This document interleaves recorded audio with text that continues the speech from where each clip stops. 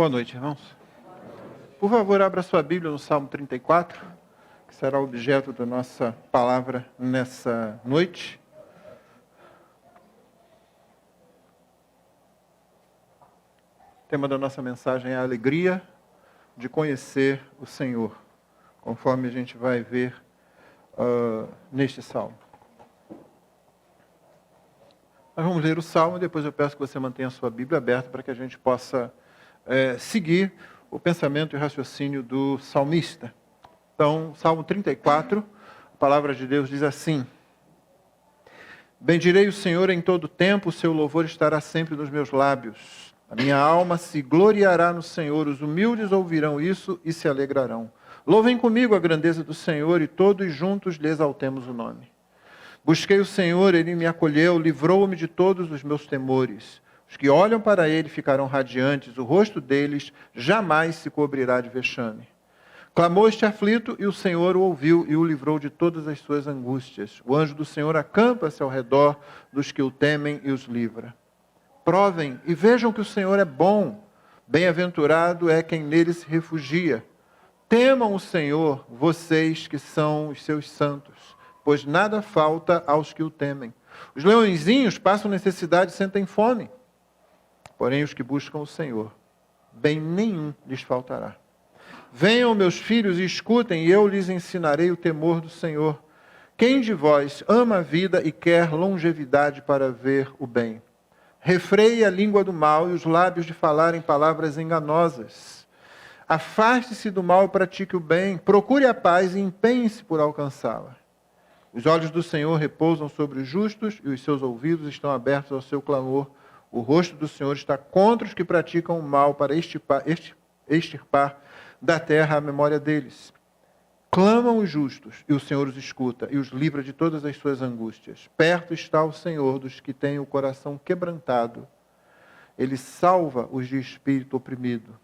Muitas são as aflições do justo, mas o Senhor de todas o livra. Preserva-lhe todos os ossos, nenhum deles sequer será quebrado. Desgraça matará o ímpio, e os que odeiam o justo serão condenados. O Senhor resgata a alma dos seus servos, e os que nele confiam, nenhum será condenado. Essa é a palavra do Senhor. Irmãos, quando você se aproxima de qualquer texto bíblico, você deve lembrar que tipo de literatura é aquela que você está olhando. No caso aqui nós temos um salmo. O salmo é uma poesia. No caso dessa poesia em particular, ela é um acróstico. Significa que cada um dos versos, excetuando o último, que fecha o salmo, começa com uma das letras do alfabeto hebraico, né, na ordem que elas se apresentam no alfabeto. Ou seja, é uma obra de arte, é uma poesia trabalhada. Apesar disso, isso não inibe o salmista em momento algum de dizer tudo o que ele pensa, tudo o que ele sente, de se colocar diante do Senhor.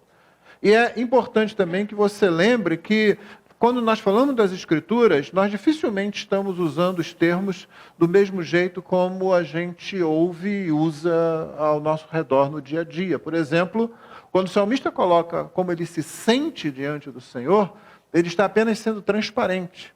Ele não está dizendo que o Senhor tem que satisfazer os sentimentos dele. Ele não está dizendo que os sentimentos o guiam nas suas decisões, que as suas emoções são que o conduzem.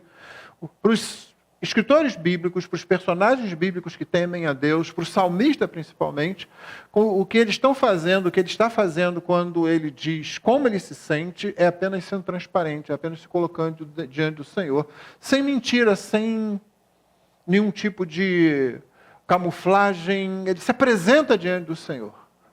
Essa é uma das grandes razões por que os salmos são tão atraentes para nós. Eles são honestos nas aflições, eles são honestos no louvor, eles são honestos nas angústias, eles são honestos na alegria. Nós precisamos aprender a cantar e a louvar assim, nós precisamos aprender a orar, a interceder também assim. Uma outra coisa que você precisa saber quando se aproxima de qualquer texto, e obviamente qualquer texto bíblico também, é que você precisa saber o contexto quando esse contexto é dado, que é o caso desse salmo. Você tem aí, na edição que nós usamos aqui na igreja, o contexto em que isso aconteceu. Nem sempre é dito porque que aquele salmo foi produzido. No caso do Salmo 34, isso foi dito.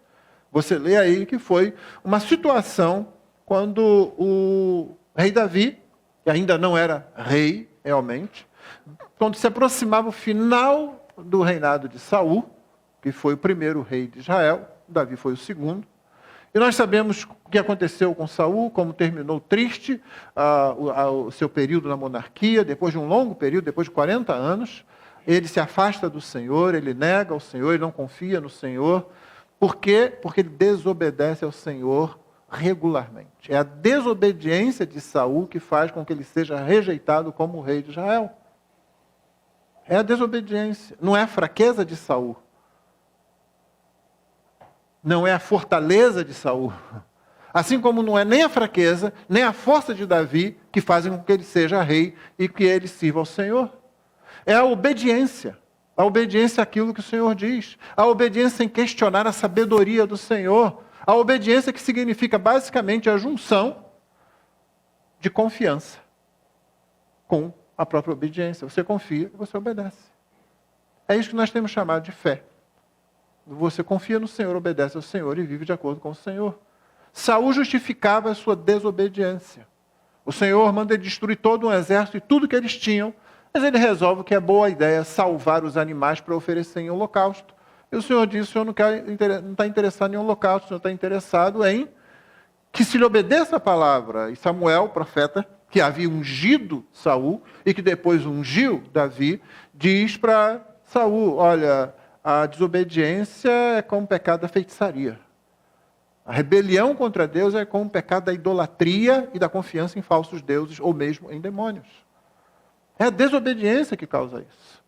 Depois então vem o rei Davi.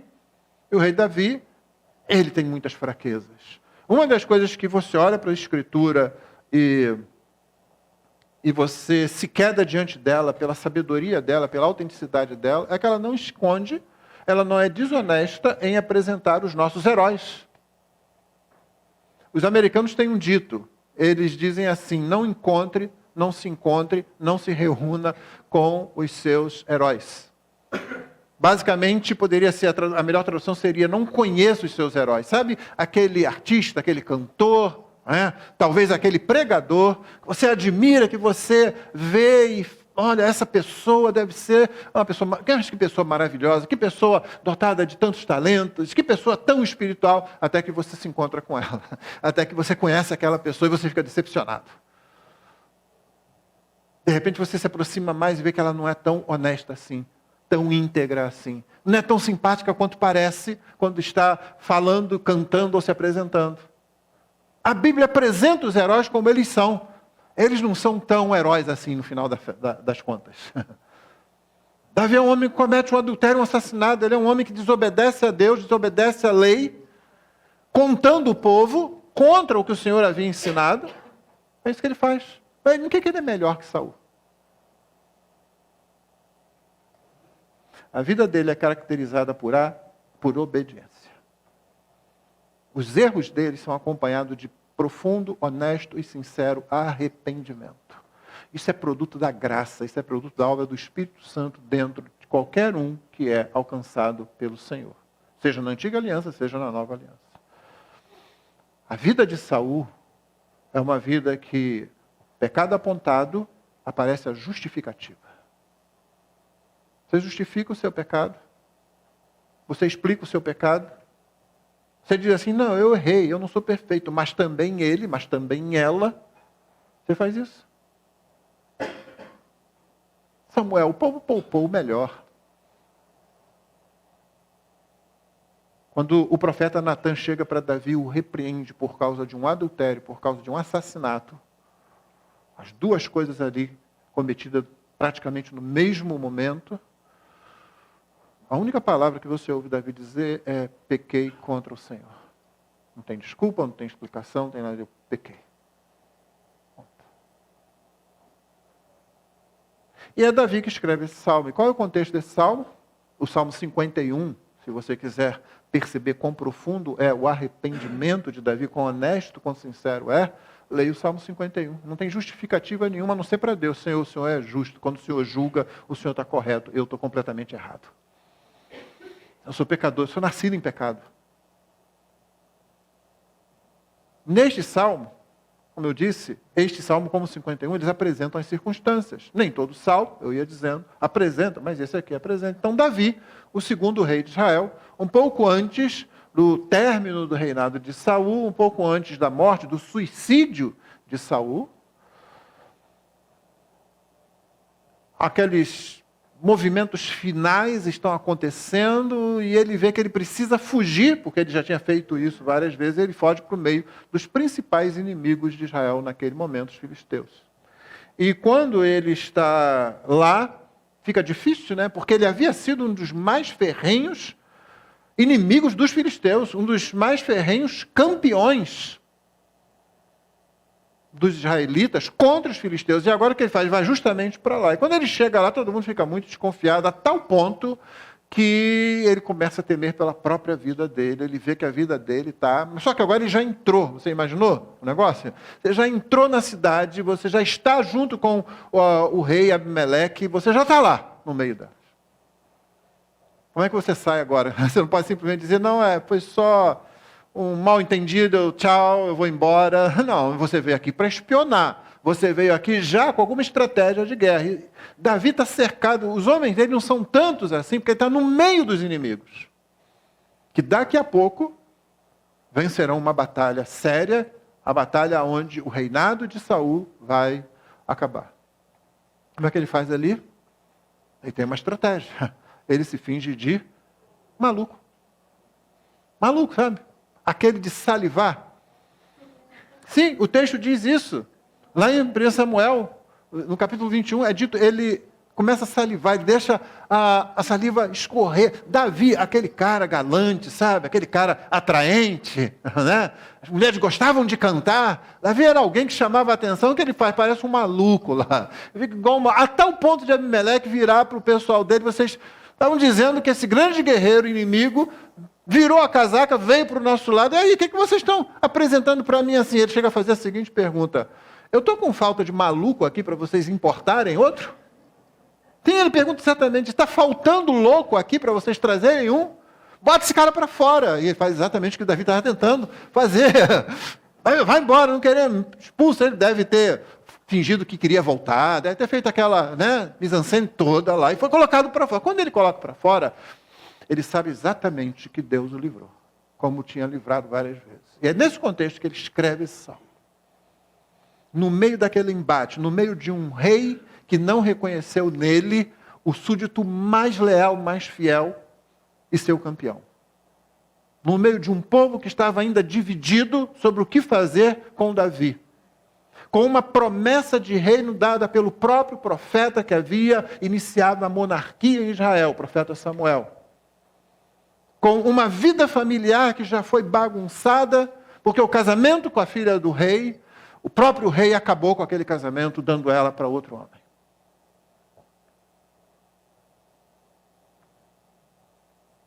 Uma batalha se aproximando porque os principais inimigos estavam crescendo e se organizando, e ele tendo que se preocupar em fugir do exército do seu próprio povo.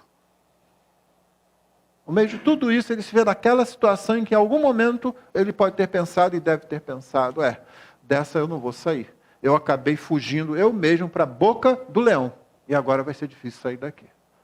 Ele faz aquela estratégia lá, aquela encenação, e é colocado para fora, no momento que os portões se fecham, e ele está do lado de fora, ele diz, o Senhor me livrou. E aí o que ele faz? Ele escreve esse salmo. Esse salmo tem 3 palavras que podem ajudar você a pensar sobre ele. Convite, livramento e alegria. Eu podia falar várias outras coisas. Eu podia falar um convite com testemunho. Eu podia falar um livramento que é certo de acontecer sempre. Eu podia falar a alegria de uma vida plena na presença de Deus. Mas principalmente o que é expressado aqui é a alegria, ou o que é expressada aqui é a alegria de se conhecer o Deus verdadeiro, de se conhecer o Senhor. E é assim exatamente que ele começa. Ele já começa dizendo, aqui veio, louvando ao Senhor. É como se ele não perguntasse nada, é como se ele não pedisse licença, e o verso 1 começa o quê? Bendirei o Senhor em todo o tempo, o seu louvor estará sempre nos meus lábios. Ele tem razão para isso. Ele sabe que ele não é perfeito, Ele conhece seus próprios erros. Esses erros ainda vão se expressar de forma mais intensa, mas Davi viveu sempre com essa realidade. Eu dependo do Senhor, é o Senhor quem me livra e é a graça dele que faz com que eu consiga vencer os meus inimigos. É a graça dele que perdoa os meus pecados, é a graça dele que me redime. Então eu bendirei o Senhor em todo o tempo, o seu louvor estará sempre nos meus lábios. Não tenha vergonha de louvar ao Senhor, irmão. Não tenha vergonha de expressar o louvor ao Senhor. Talvez no meio da família não crente, de amigos não crentes. Aquela perguntinha que a gente pode fazer sempre.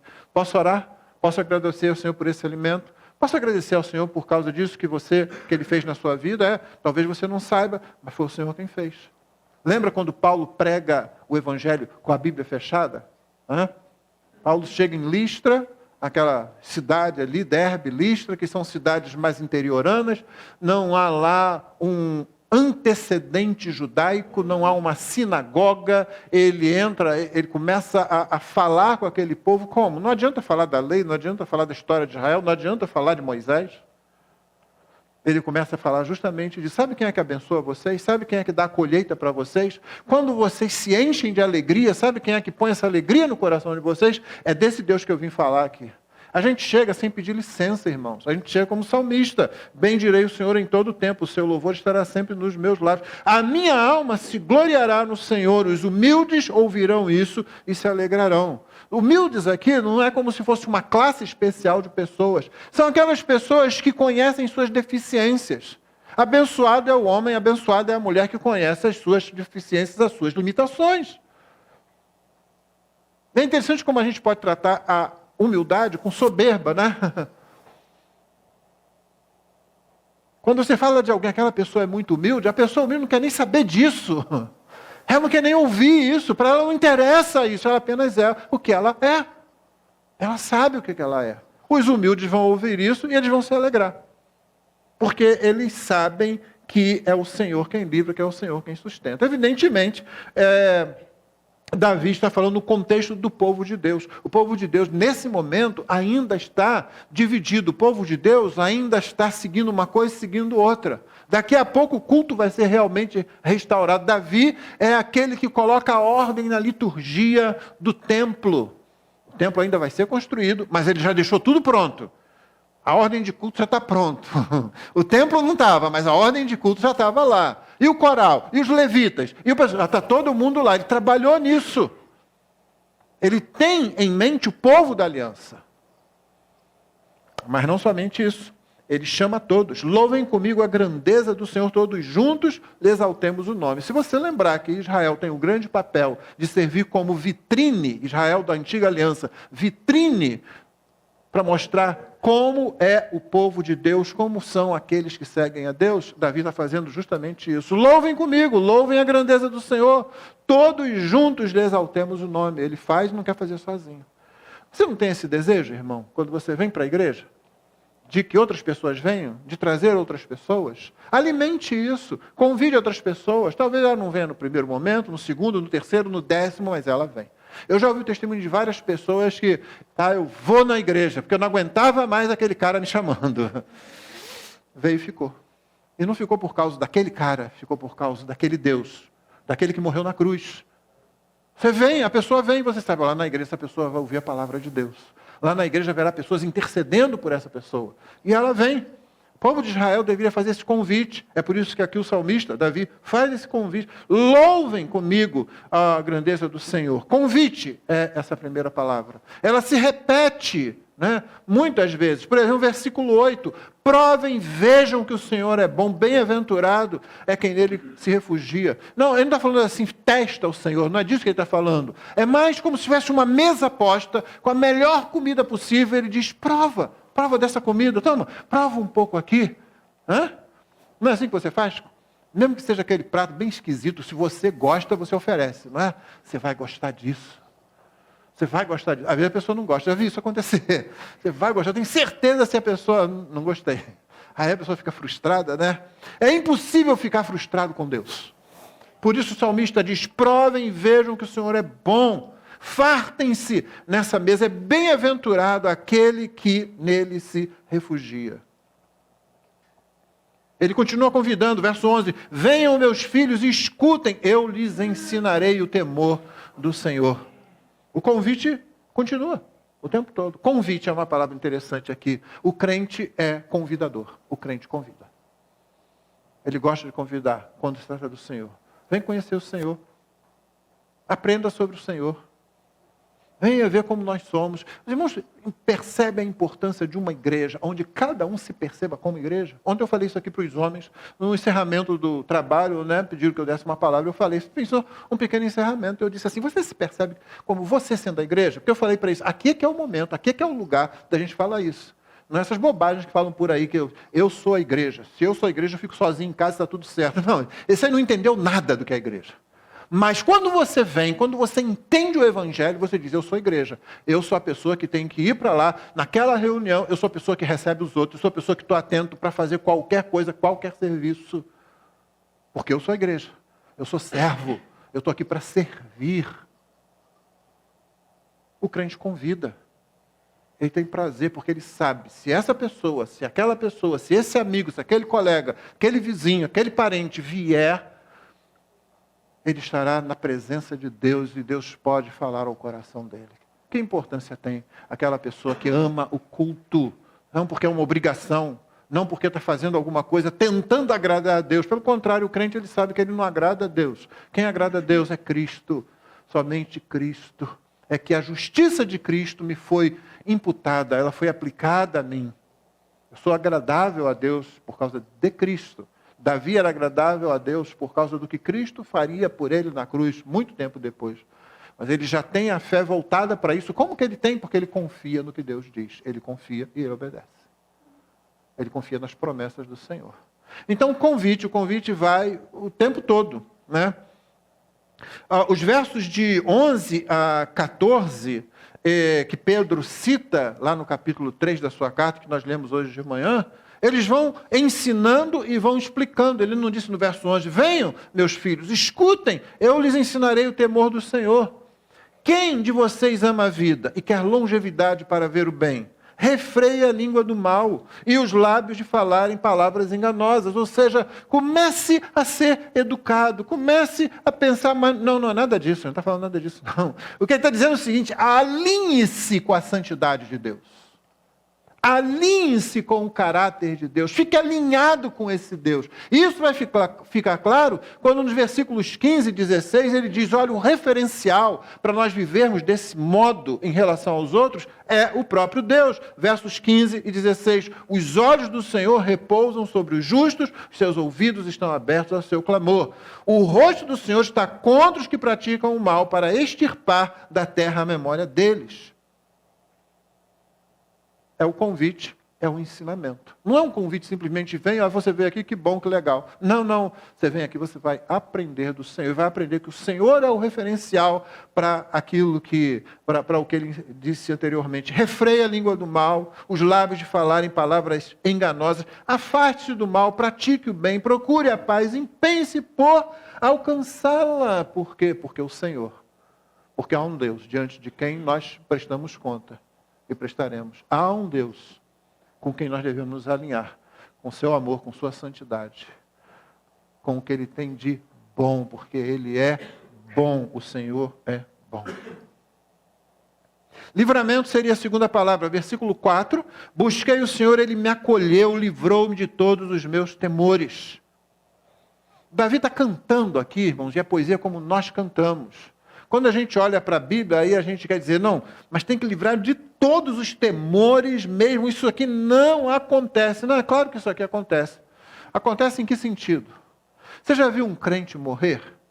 Você vai ver um crente morrer de duas formas. Há o crente que morre, às vezes, desesperado. E há o crente que morre em confiança. Sim, depende de muitas circunstâncias ali naquele momento, do estado emocional daquele momento. Mas o crente nunca morre sozinho. E eu não creio que nenhum crente morra realmente em desespero. Você não sabe o que Deus está fazendo no coração daquela pessoa, mas a promessa é que Deus nunca deixa seu filho sozinho. Então, mesmo que as aflições apareçam, a minha experiência de acompanhar crentes que estão partindo, às vezes no seu último instante, é de ver pessoas finalmente confiantes. Mesmo quando a aflição vem, a aflição não é o tom. Eu estou falando de crente, eu não estou falando de membros de igreja. Eu não estou falando da pessoa que veio para a igreja e ficou na igreja, Deus vai me livrar de tudo. Aí ele percebe que não vai. Não tem isso. O verso 19 diz o quê? Muitas são as aflições do justo. Sim, o justo terá aflição. O Senhor Jesus não disse isso? No mundo tereis aflições. No mundo vocês vão ter aflições. Tenham bom ânimo, eu venci o mundo. Mas você vai passar por aflição.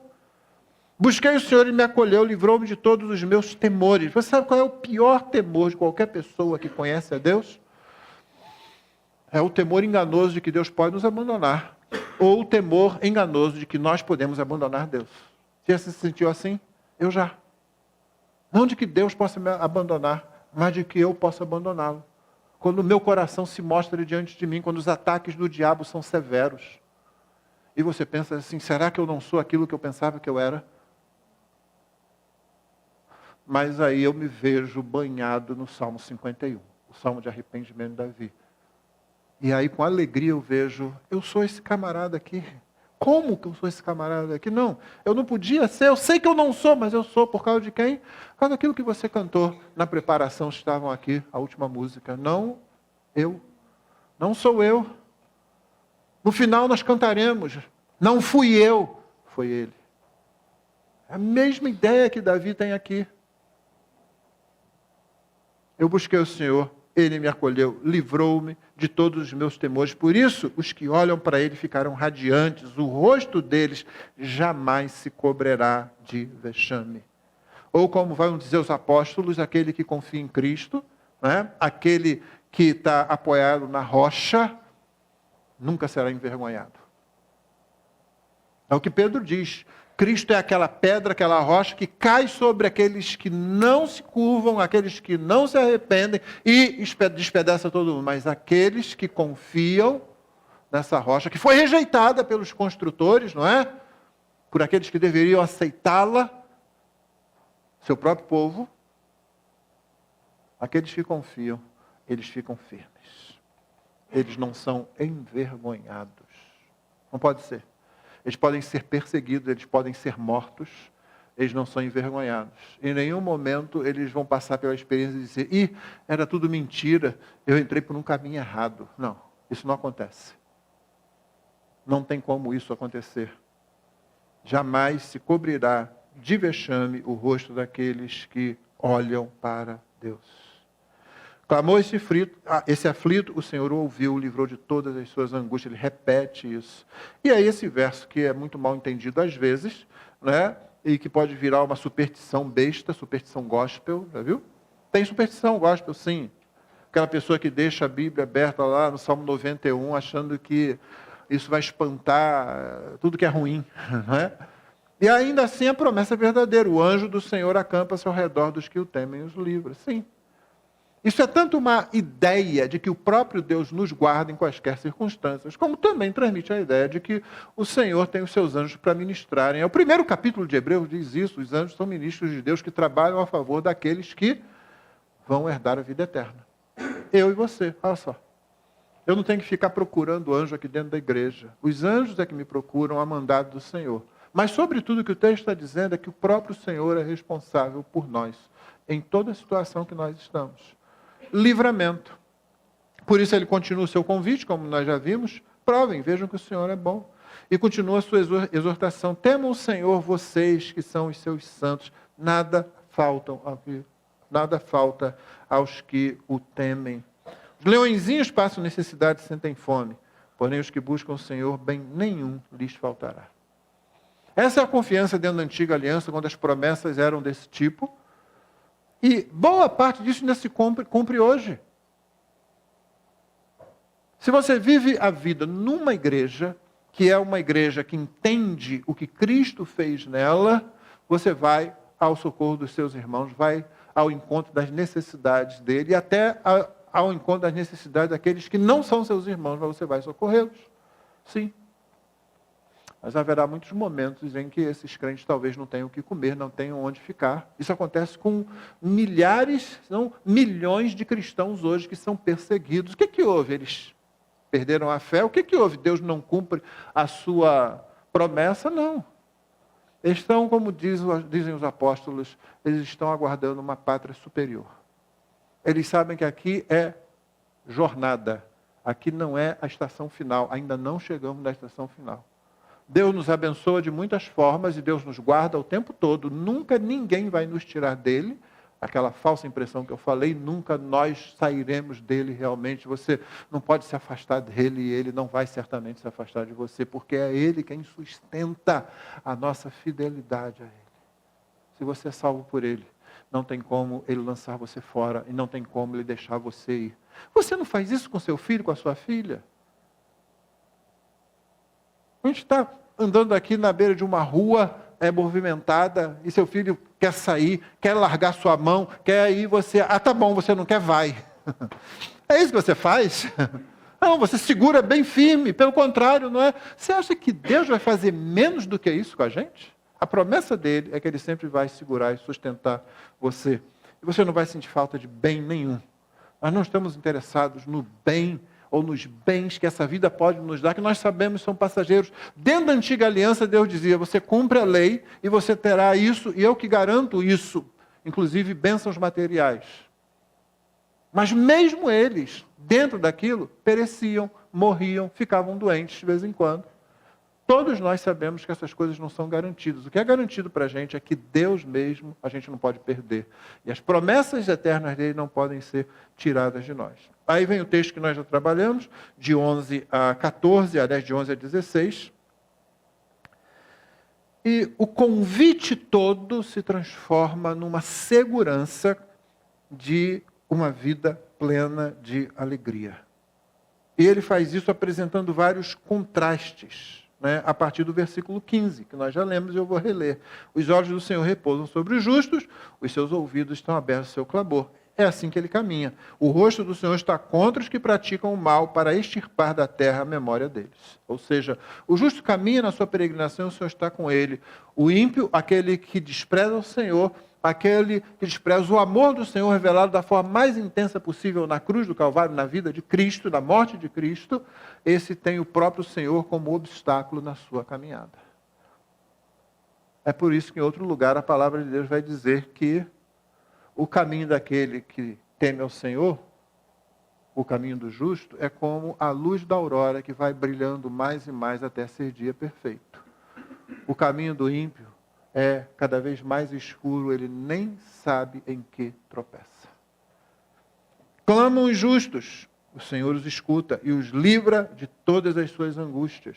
É plenitude de vida. Isso aqui é alegria, é como se você chegasse assim, num lugar em que você estivesse temendo a sua segurança, temendo a sua provisão, e alguém começasse a dizer, não, você está protegido, ninguém pode atingir aqui. Eu vou ter o que comer, tá? Tem fartura aqui à vontade. Mas eu vou ficar doente? Não, os remédios aqui todos funcionam. Vai imaginando um negócio desse.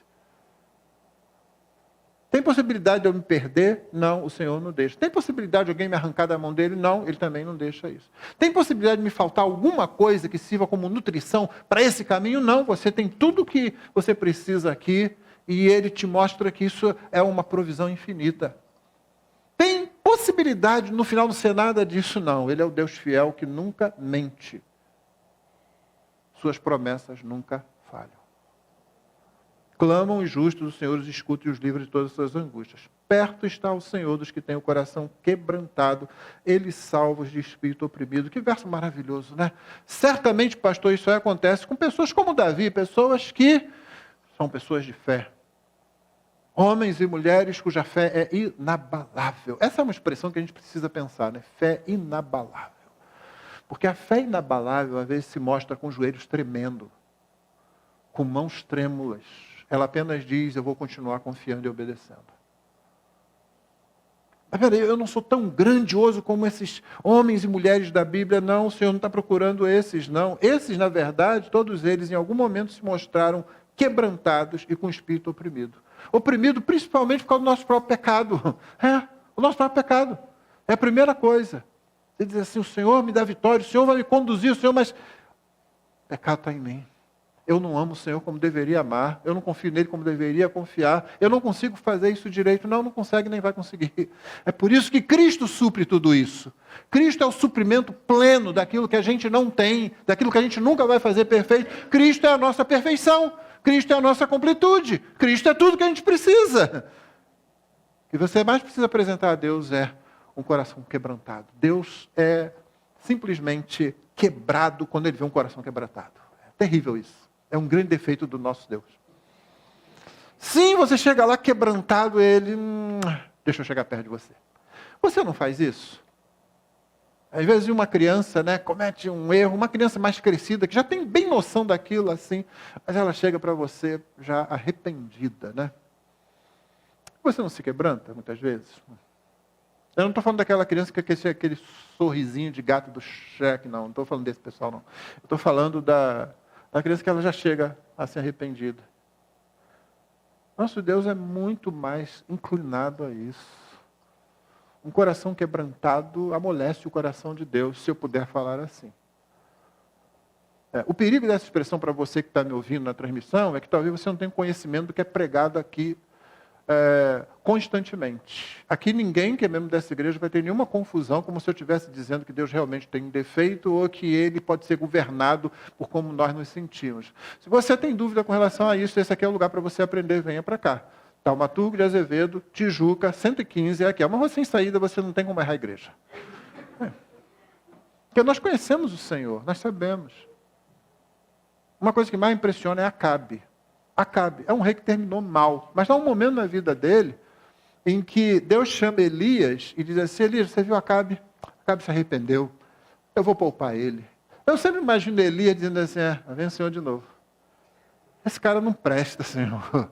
E Deus poderia perguntar para Elias: e você presta? E você presta?